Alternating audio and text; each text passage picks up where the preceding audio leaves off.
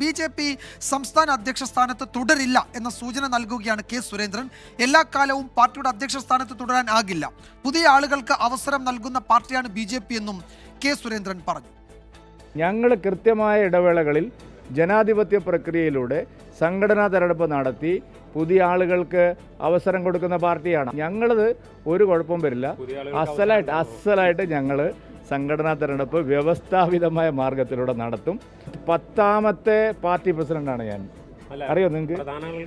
49ാം വയസ്സിൽ പാർട്ടി അധ്യക്ഷനാളായ ആൾ ഞാൻ. എന്ന് പറഞ്ഞാൽ ചെറുപ്പക്കാർക്ക് പുതിയ ആളുകൾക്ക് അവസരം കൊടുത്തില്ലേ ഞാൻ ഈ കസേരയിൽ ഇരിക്കുമോ?